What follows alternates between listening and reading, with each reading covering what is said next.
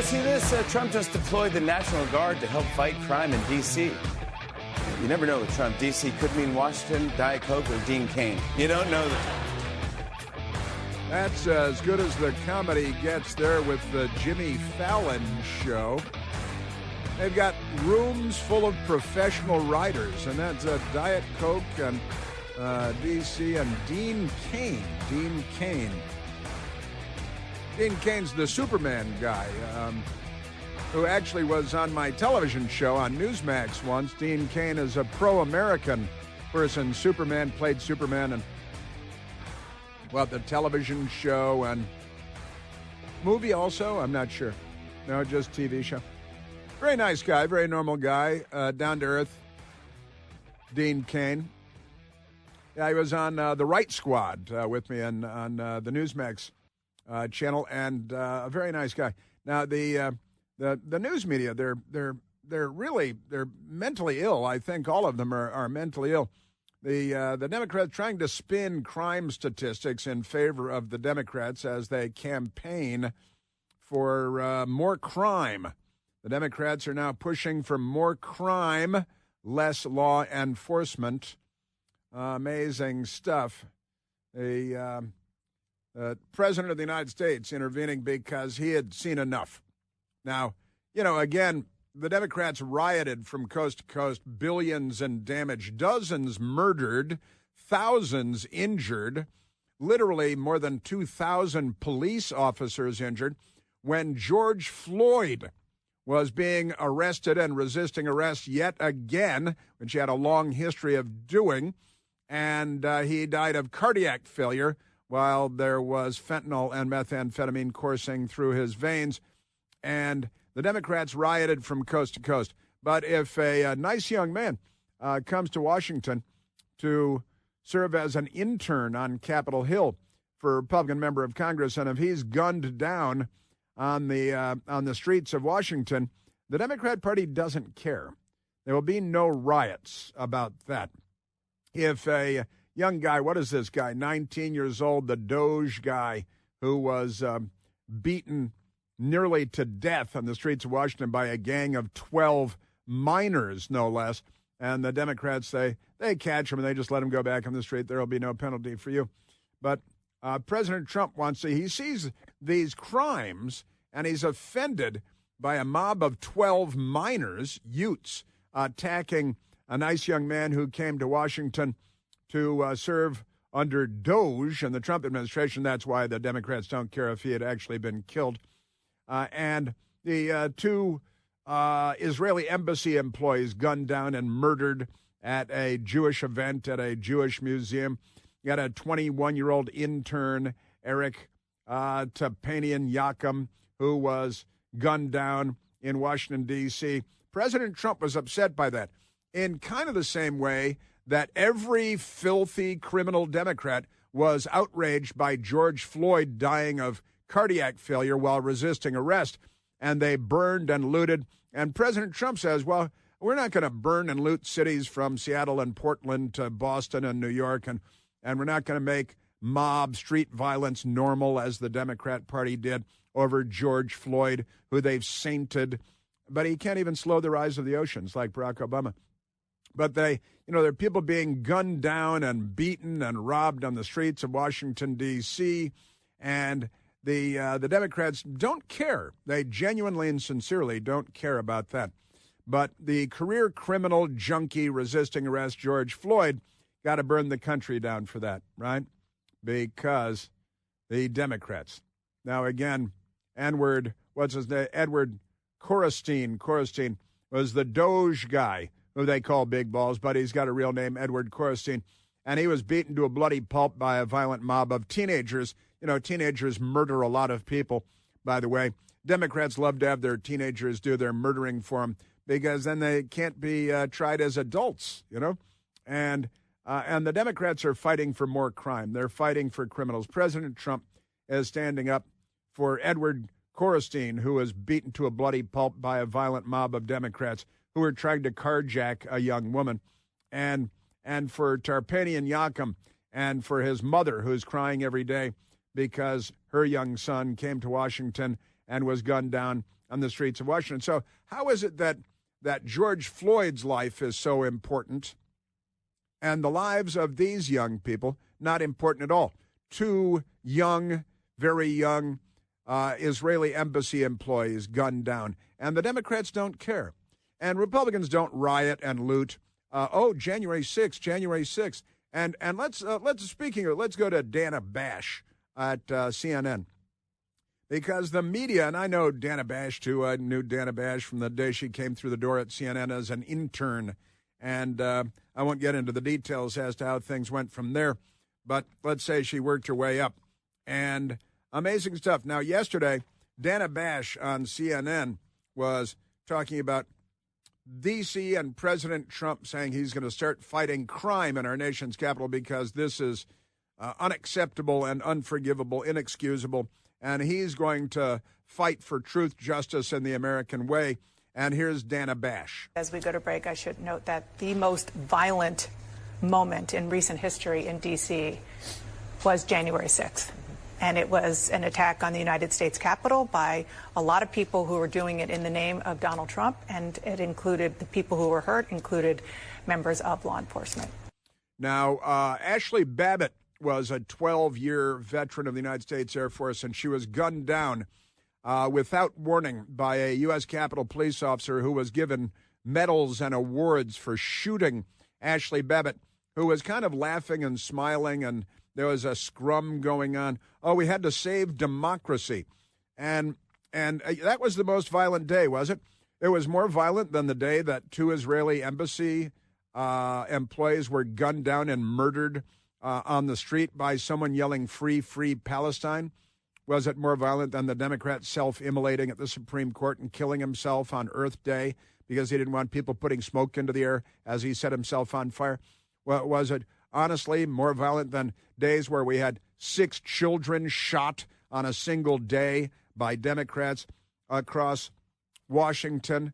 We've had, 5 murders in a single day. We've had 6 or 8 over a single weekend murders in Washington, D.C., and that was the most violent day. And then let's go to May 30th of 2020, when the Democrats organized an assault on the White House with President Trump and his family inside, where they set fire to the Church of the Presidents across from the White House, where they attacked the Reagan Building on 16th Street, just across from Lafayette Park, where 180 police officers were injured over 3 days by Democrats who organized with pallets of bricks, with crates of frozen bottles of water. How do the bottles of water stay frozen for so long? To hurl at police. M80s, those are an eighth of a stick of dynamite thrown at police officers. They'd blow your hand off to a stump.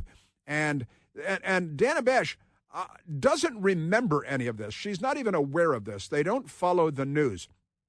They don't have functional memories. I was watching this morning, and I think I might have even texted you, but I said to my best girl, I said, I think Dana Bash might be suffering from early onset Alzheimer's, might be early dementia. Not too early, but kind of early for Dana Bash. Brick. Pick him up, get him up, off the grass, off the gas. That's the police. Brick. They're hurling bricks at the police.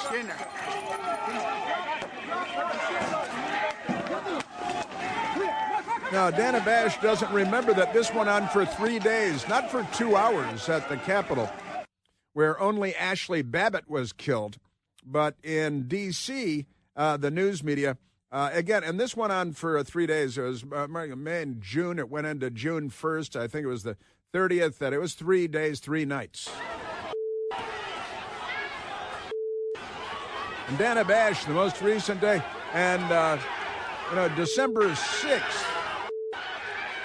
January 6th was, looking at another date here. January 6th was what that was in 2020. And these riots were in 2020. Isn't that an amazing coincidence? I'm sorry, January 6th, 2021. I apologize. You're correct, of course. 2021, my apologies. And this You know, they've got bricks. The police, the commanders are screaming brick when they see the Democrats are hurling bricks through the air at the police, 180 injured police officers. The Church of the Presidents, this is, and Kevin Corke, Fox News, was there. A terrible scene. Fires burning here along H Street. We do smell, oh boy, oh boy, we're getting tear gassed. And unfortunately, I can add just a moment ago, it does appear that St. John's Church is on fire. St. John's Church, the Church of the Presidents. I think it's an 1814 church. Presidents have been attending that church since 1814, and the Democrats set it on fire. Kevin Corke. This is awful. We saw graffiti. Once the door was broken, we saw something similar happen earlier. And as you can see, there's definitely a fire here. This is the parish office. So the parish office of the Church of the Presidents, one of the most historic churches in the United States of America, just across Lafayette Park from the White House. And Kevin Corke, very nice man, very good guy. And he's in the middle of it. You know, tear gas is good for you, really, if you're a street reporter. It's kind of fun. I've been tear gassed. The riots in Mount Pleasant, that went on for several days, too. That went on for several days because a female D.C. police officer shot a drunk illegal alien sleeping in the doorway of a business, and people couldn't get in. So the female police officer went up to roust the drunk illegal alien, passed out there. The illegal alien attacked her physically, and she couldn't defend herself against him, so she shot him. And then the Democrats rioted for 3 days and burned and looted, and, because they're the Democrat Party. They're a violent party. They're not on the side of good. They're on the side of bad. And again, the violent history of the Democrat Party is it's not well documented enough, or certainly not as frequently as it should be documented. But the Democrats, I every now and then I have to go look things up because it's what I do. But, the first Republican president was Abraham Lincoln, and he ended slavery. And Democrats shot him in the head and killed him and assassinated him, right? And that was in 1865, of course. The next president to be assassinated, coincidentally, was another Republican president. Isn't that amazing? In 1881, James Garfield was assassinated, Republican president, assassinated by a Democrat.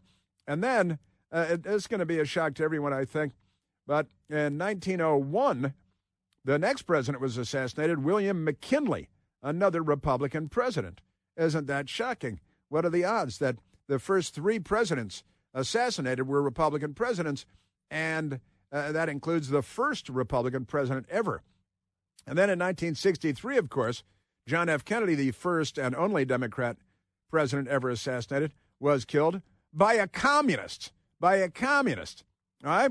And, Teddy Roosevelt, a Republican president, was shot, and he survived. Then Ronald Reagan was shot, and he survived. Any Democrats in the mix here? Donald Trump was shot not so long ago. Isn't it amazing? And Democrats, including a member of the Manson gang, tried to kill Lynette Squeaky Fromm, tried to kill Gerald Ford, another Republican president. Isn't that amazing?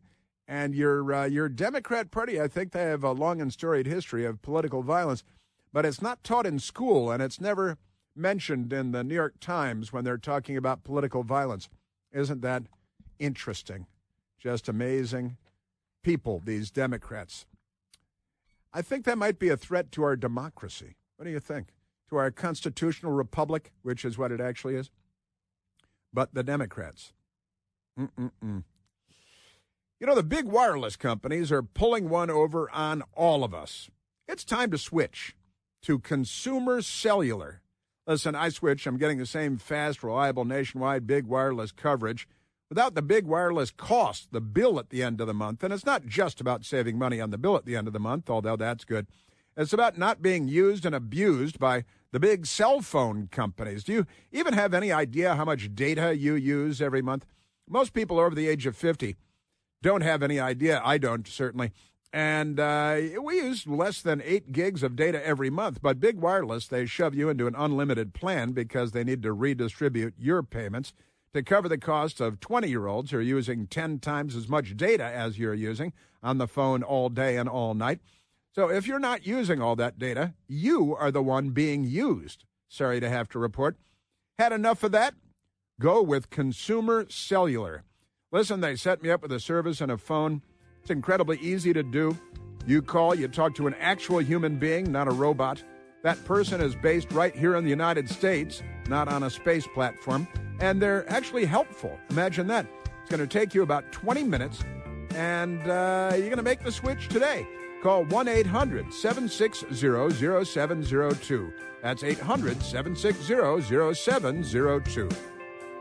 Yes, sir. Those rascally Democrats. And what are they fighting for now?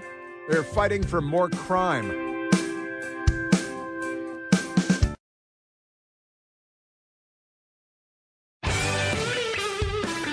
All right, let's take a phone call, Michael. Talk to the nice American people. Let's go to Kennedy calling from Manassas, Virginia. Kennedy, you're on the Chris Plant Show. Hey again, Chris. Good to talk to you. Just real quick, I think Trump needs to come in and nullify the bad gun laws in D.C. I think that would help the crime a lot better.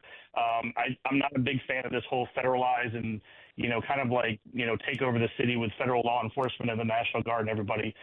There's a lot of bad gun laws. And in fact, many years ago, Adam Kokesh loaded a short barrel shotgun in Freedom Plaza on the 4th of July, and he put it up on YouTube.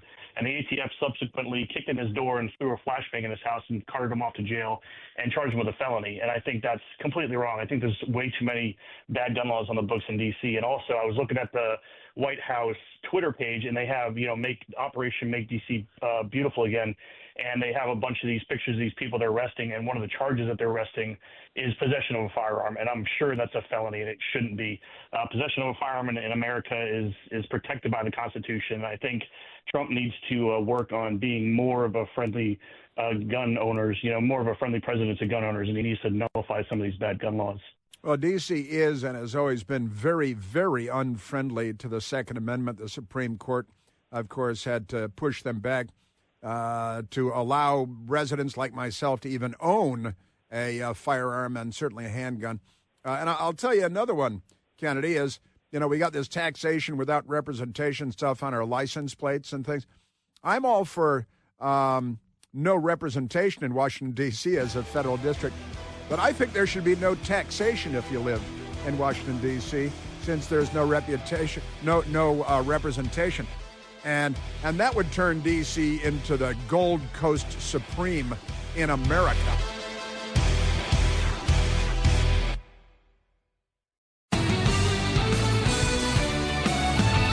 Ex-first daughter, Ashley Biden, files for divorce from husband, Dr. Howard Krein. Maybe Crane, K-R-E-I-N, probably Crane, like Dr. Fraser Crane. Alongside snarky Instagram message. Why would she put a snarky Instagram message there? Maybe she wants to, I don't know, why does my mind go to Hunter Biden dating, I'm making quotation marks with my fingers, dating his late brother's widow, Beau Biden. This family, I'm telling you.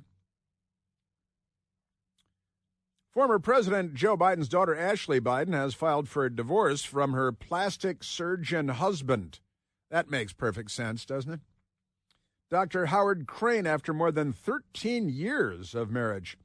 Court records show 44-year-old ex-first daughter filed the papers in the Philadelphia Court of Common Pleas on Monday. That's yesterday. The New York Post has confirmed. Biden's Instagram story on the same day featured a photo of her walking through a park. She's walking through a park and flashing a thumbs up. See, I wanted to leave it hanging there for a second. Flashing a thumbs up. And it was set to the song Freedom by Beyonce.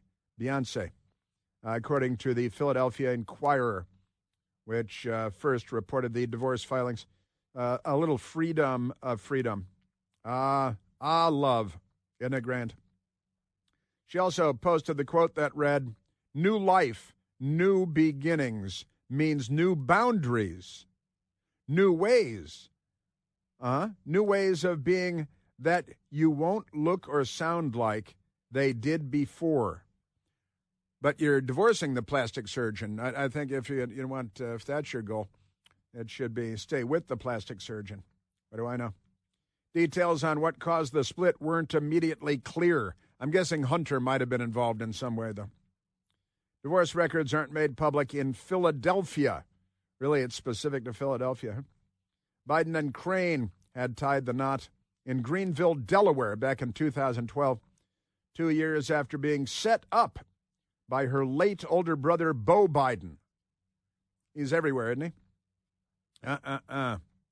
That's sad, but it is not surprising. You know, the Biden family has so many excellent characteristics, don't they? I'm going to say the dating your late brother's widow, that one is a little too much, I think. Crazy, man, crazy. All right, we've got, in Texas, the Republicans are looking to redistrict the state of Texas, and the Democrats, who are destroying our democracy, that's one of their favorite turns of phrase these days, have fled the state, so there cannot be a quorum to have a debate and discussion in the State House and the State Senate, where the Republicans control the State House, Republicans control the State Senate, Republicans control the governor's mansion.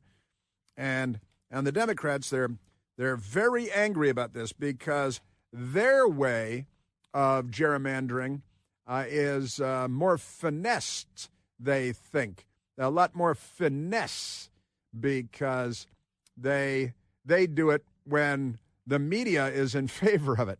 And that's the thing. And J.B. Pritzker, the Democrat governor of Illinois, who may or may not end up in a penitentiary after his time in the governor's mansion, as so many Illinois governors have ended up in the penitentiary after the governor's mansion.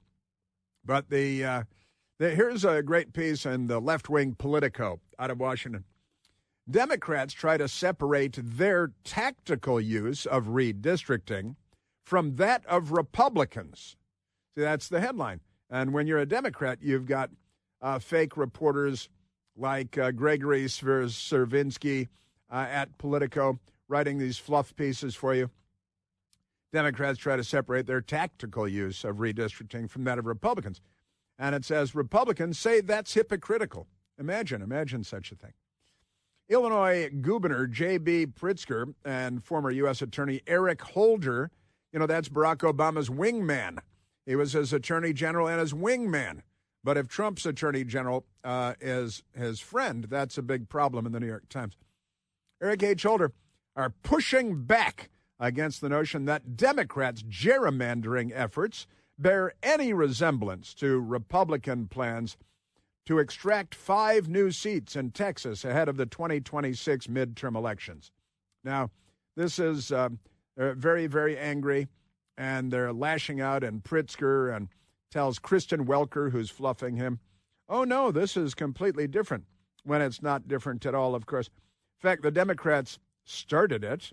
The Democrats have made a habit for a long, long time of gerrymandering the heck out of states that they control and making sure that Republicans have as few seats as possible so that the Democrats can control the majority of votes in the House of Representatives in Washington, right? And isn't that wonderful? Now, the Democrats, they have done this in state after state after state, and they think that it's completely different because they are them. Don't you know who they are? Now, I was talking about this, about how Illinois did this and California did this. And, in Illinois, Trump got 40% of the vote, but the Democrats control 82% of the House seats, 82%. But wait a minute. The Republicans, Trump, got 40% of the vote. How can that be that the Democrats, the answer is gerrymandering, right?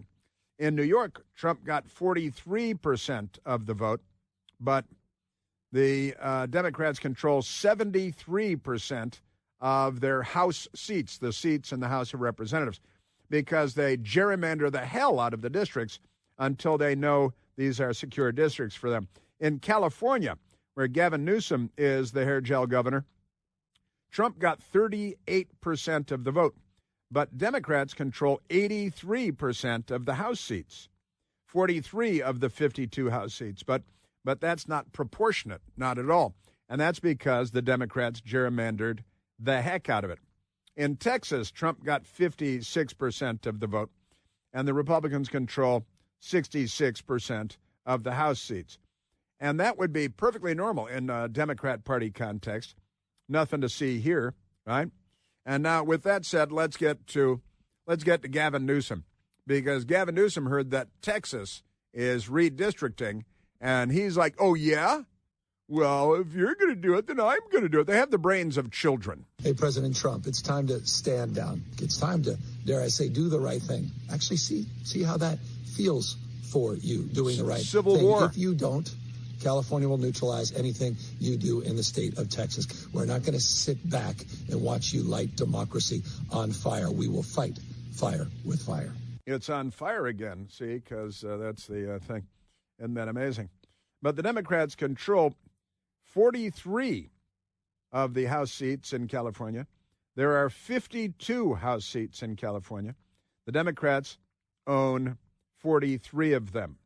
So what do we have? 9 seats remaining. And you couldn't possibly gerrymander them anymore. But they could try, because they're third world banana republic communists. They're leftists. They're not liberals. They gerrymandered the hell out of the state years ago, and the New York Times applauded, and ABC News applauded, and they say, oh, isn't this great? Look what they can do. And you see the shape of the congressional districts. You know that they've been tampered with.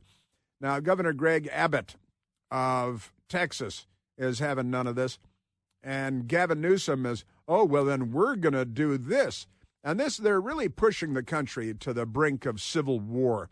They're violent. They're in the streets. They've organized mobs. They're pro-crime in our nation's capital, pro-criminal. And Greg Abbott was having none of this Gavin Newsom stuff. If California thinks they're going to move their needle to the extreme and eliminate 5 Republican members of the United States Congress there, Texas is not going to do 5. We'll add 10 more Republican seats using the same procedure they're using in California. We have more Democrat seats that can turn into Republican seats than they have Republican seats in California that they can turn into Democrat seats. So the Democrats, and again, they've done it. They've done it in New England. They've done it in Maryland. In Maryland, there's 1 Republican seat. And the Democrats are already screaming and yelling that they're going to eliminate that 1 Republican House seat in the state of Maryland. They've done it in state after state after state. They've been doing it for years. I do think maybe Governor Abbott should bring me in to help them message, because you've got to put this on the Democrats for the way that they've been conducting business for so many years now, and say that this is a reaction to, it's messaging has never been a strong suit of the Republican Party. Let's go to the phones. Let's go to Kevin calling from Reston, Virginia. Kevin, you're on the Chris Plant Show. Hey, Chris. Hey, Great Kevin. talking to you again. Thanks for having me on your show. But yeah, I am so loving Trump, and he is the new sheriff in town. And as a retired law enforcement officer, did 30 years, and part of it was with ATF back in, I don't know if you remember, 94, 95, when PCP hit the streets. Oh, yeah. And back then, man, it was the wild, wild west. And I was Love shot boat. at 5 times. I was one of those surveillance guys, in the HUD projects.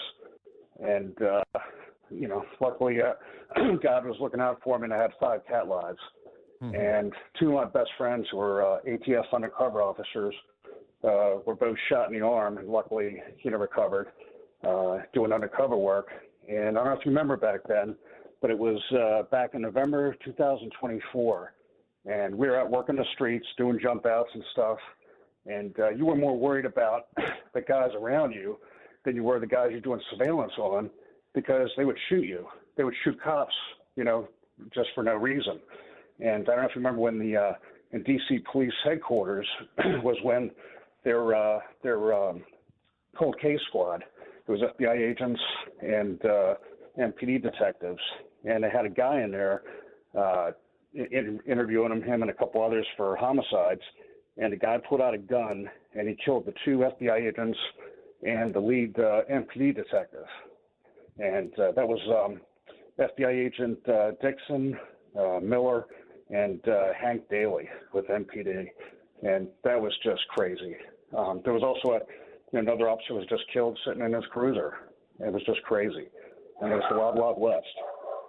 So, when we were the murder capital of the world, and you're right, PCP, which caused crazy hyper violence. Love Boat. There was it was called Love Boat, right? The street name for PCP. A friend of mine was a DC MPD on that cold case team too, and now, wow, you were shot at 5 times, you say? Yes.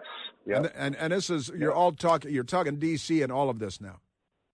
Yes. Yeah. Yep. It was crazy back then. And I don't know if you remember Operation Red Rum. Yeah, I do. Yeah. Backwards. Uh-huh. And on weekends, they would have National Guard was assisting us. We had all the feds and locals out. And every weekend, we would just be hitting doors, doing search warrants, arrest warrants, and stuff. It was just crazy. And then just to see DC back the same right now. And just hearing, I watched Trump's press conference yesterday, and it just gave me chills. And I was just loving it. I love that guy. I mean, he and I have the same birthday. Yeah, Flag Day. But I love our president. And what he's doing is right. It's just, and it is. It's to bring our city back and to keep people safe, whether you're living there in a HUD project. We went after the most violent ones in HUD projects back then to make it safe, or you're visiting. My best friend, Lisa, she was a park police officer, and she's still there. She kicks ass. She's a tough lady, and she sees it all the time. And she's like, Kevin, don't come in here. It's not safe anymore. And I don't. I wished I could. Yeah. But I can't wait for it to be safe so I can, go back there. We got to take our city back from the Democrats. I mean, the kill rate here, it's more dangerous than Afghanistan during the war right? And, I was remembering Operation Red Room, which is, of course, a reference to The Shining and murder spelled backward. And it's like, where are we going to put murder back in the bag? We're going to reverse the murder trend. So Red Room, Operation Red Room, big fun. And, The Shining and all that good stuff. Now, you were shot at 5 times, 1994, 1995. And PCP, that was a very bad drug that led to so many killings and shootings and so much crime and madness and hyper-violence and super strength, right? You pump up on PCP and you can turn over a car. It was crazy. And they did. We arrested one guy in this one HUD project, Kelly Miller, and it was me and another officer. You're just walking around looking for trouble, but to lock up, bad guys.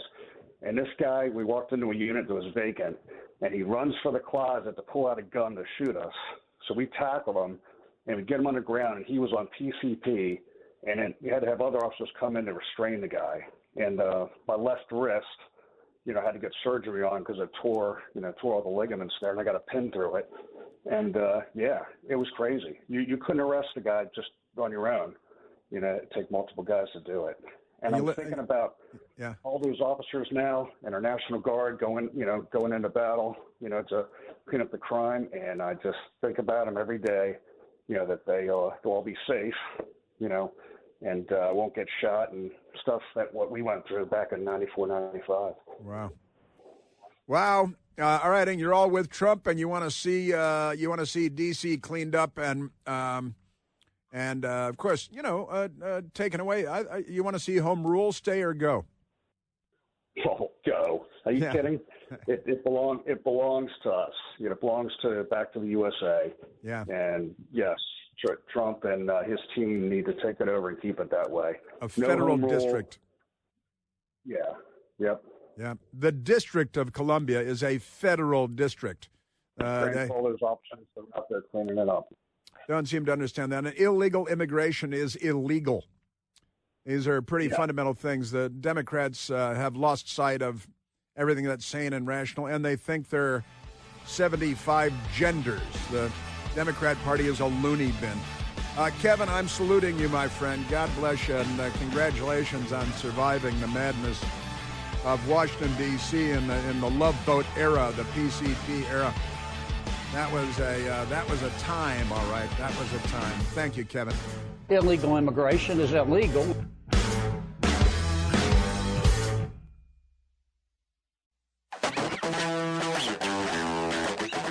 Got a great little Democrat video yesterday from friends. I think I got it from Kevin. In Arlington, Virginia, just across the mighty Potomac River from Washington, D.C., a mentally ill Democrat in his 20s who has a job and things, and he's carrying a protest sign of some kind. He went to the headquarters of the Leadership Institute in Arlington, Virginia, which is a pro-American conservative organization. They run campus reform online. And here is the Democrat when he saw people leaving the Leadership Institute. Oh, hey, smile for the camera, you little Nazi bitch. That's enough. Kill all Nazis. We won World War II. You kill all Nazis. And he's flipping him off and lunging at him and thrusting at him. And the normal person is walking away, the Leadership Institute person. And the Campus Reform is one of the great websites, training journalists to tell the truth, starting in college and to realize the crazy people. But this guy is a typical Democrat in 2025, screaming, flipping off, making himself hoarse. Oh, hey, smile for the camera, you little Nazi bitch. That's enough. Kill all Nazis. And he yells, we won World War II. Yeah, we defeated the Socialist Workers' Party in Germany. My father helped. He helped. He went over there in a little one-seat airplane and killed Germans. From his one-seat airplane, it was a Grumman Hellcat. He really seems to care about what I have no idea.